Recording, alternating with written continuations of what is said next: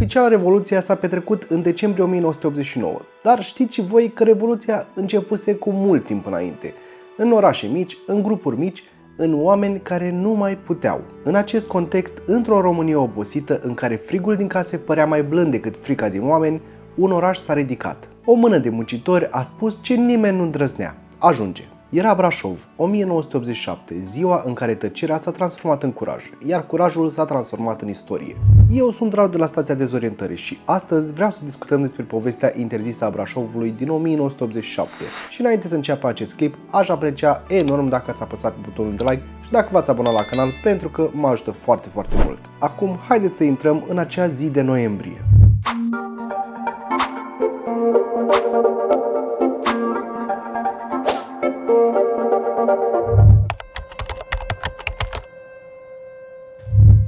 Noiembrie 1987. Brașovul se trezea într-o duminică gri, învăluit în frig, tăcere și frică. Era zi de alegere în Marea Adunare Națională. Un spectacol prostesc în care toți știau rezultatul înainte să voteze. Pe străzi tramvaiele scârțâiau, iar oamenii mergeau cu privirea în pământ. În fabricile uriașe, miile de muncitori își începeau ziua ca de obicei. Doar că nimic nu avea să fie ca de obicei. Într-un colț de hală, un fluturaj de salariu aruncat pe o masă avea să aprindă cel mai periculos lucru pentru o dictatură: speranța.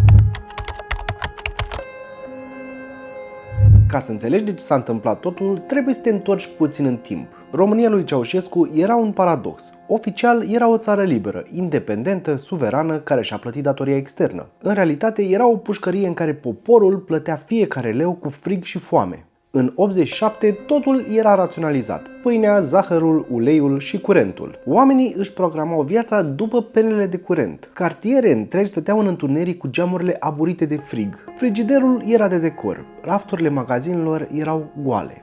Când prindeai o plasă de portocale, era ca un trofeu de război. Securitatea, de asemenea, era și ea peste tot, la propriu. Vecinul putea fi informator. Colegul de servici putea să te raporteze că ai vorbit urât de partid. Telefonul suna ciudat, iar scrisorile veneau deja citite. O țară întreagă trăia într-un reality show de supraveghere fără buton de exit.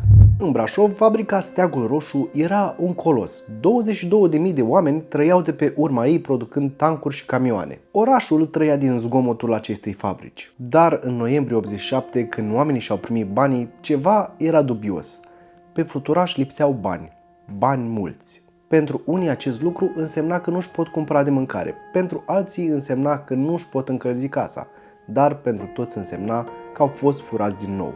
Ionel Sârbu, un bărbat solid, vede suma și izbucnește. Ne-au furat iar, mă. Un coleg îi spune șoptit: taci, mă, că ne bagă la pușcărie. Dar Ionel nu tace. Ce o să facă? O să ne ia frigul din casă? Hai să mergem peste ei. Alături de el, Petre Damo și Constantin Dinescu dau tonul. Din 440 de secții, oamenii lasă sculele jos. Se strâng în curte. O femeie, Maria Coman, strigă: vrem banii noștri. Apoi cineva mai curajos: jos Ceaușescu. Tăcerea parcă se rupe. În câteva minute, curtea fabricii devine o mare de oameni. Se adună muncitori de la hidromecanica, de la tractorul, de la 6 martie. Mii de pași pornesc spre centrul orașului. Și fără să știe, Brașovul tocmai aprinde fitilul primei revolte anticomuniste din România.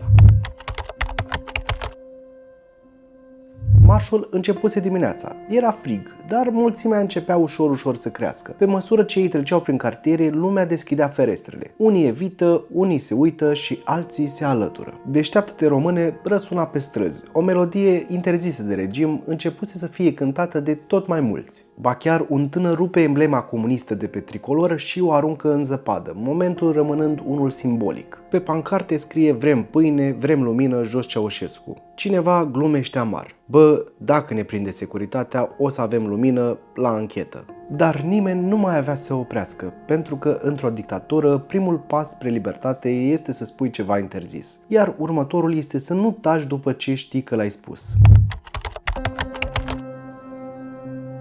Coloana ajunge în centrul Brașovului. Mii de oameni în fața Comitetului Județean de Partid.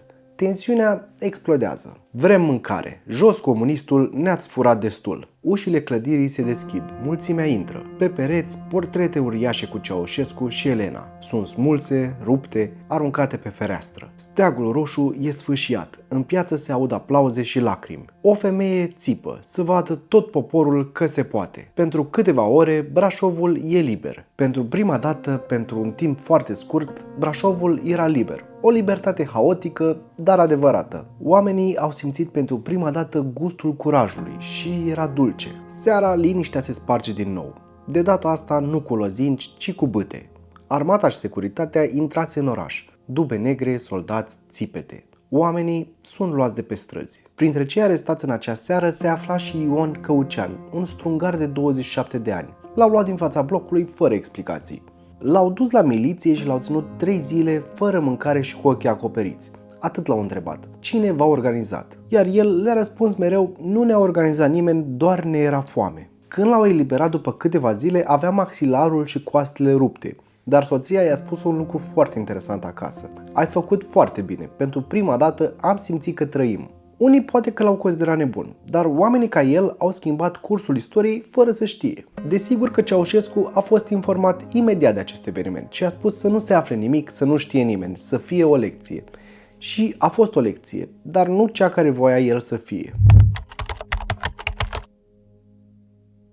După Revoluție, Brașovul este un oraș sub ocupație. Dubele negre umblă pe străzi, ridică oameni, familiile nu știu unde sunt duși. Peste 300 de oameni au fost arestați, iar anchetele au fost unele foarte brutale. Lovituri, amenințări, nopți fără somn. Regimul de la acea vreme inventează o poveste. Elemente huliganice, intervenții străine.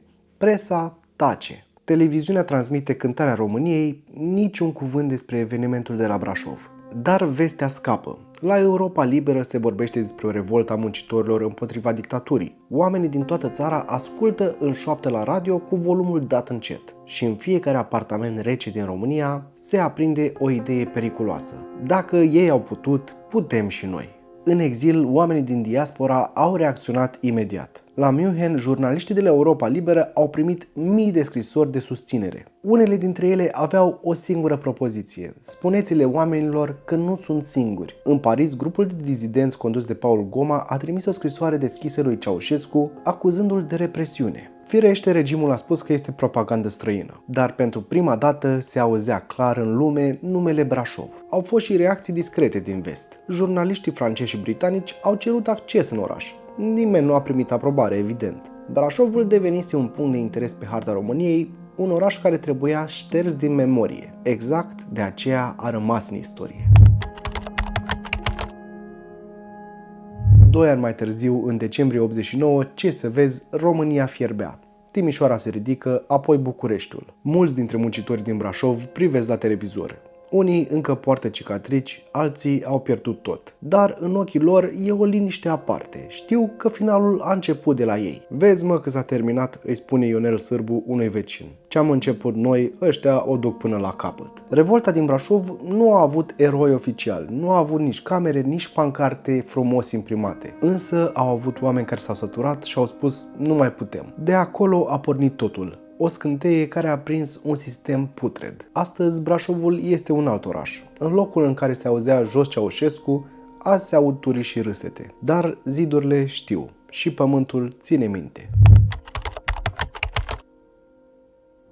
Totuși, după 1989, unii dintre muncitorii revoltei au fost invitați la televiziune. Nu ca eroi, ci ca martori. Unii au vorbit tremurat, alții n-au putut. Ionel Sârbu, întrebat de un reporter ce simte acum, a zis simplu: azi suntem liberi, dar libertatea a venit cu greutate. Unii au murit săraci, uitați. Alții au fost marginalizați pentru că au deranjat sistemul chiar și după Revoluție. Dar toți au rămas cu ceva în comun: demnitatea. Și o privire calmă din care lipsea frica. Când îi vezi azi, par oameni obișnuiți, dar dacă asculți atent, încă se simte scânteia din 1987. În fiecare an, pe 15 noiembrie, câțiva dintre foștii muncitori se adună acolo. aprind lumânări, aduc flori și tac. Pentru că nu e nevoie să spui multe când odată ai strigat totul. Curajul acestor oameni nu a fost doar un moment, a fost începutul sfârșitului. A fost o lecție simplă, dar eternă. Că un regim cade atunci când oamenii nu mai tac. Oamenii din Brașov n-au avut camere, n-au avut aplauze, n-au avut eroi și nici monumente.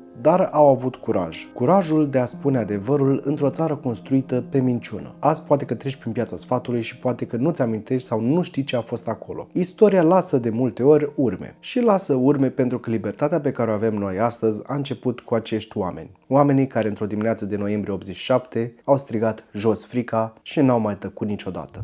Dar pentru că acest clip a ajuns la final, dacă ați rămas până aici, vreau să vă mulțumesc, să vă rog să apăsați butonul de like, să vă abonați într-un număr cât mai mare la canal, pentru că mă ajută foarte mult. Chiar acum puteți vedea membrii canalului care ne susțin și cărora le mulțumesc. Chiar dacă vreți să faceți și voi parte dintre aceștia, o puteți face din secțiunea Alătură-te, iar vouă restul vă mai spun că ați evitat să fiți dezinformați pentru că ați urmărit stația dezorientării, iar până data viitoare, stay safe!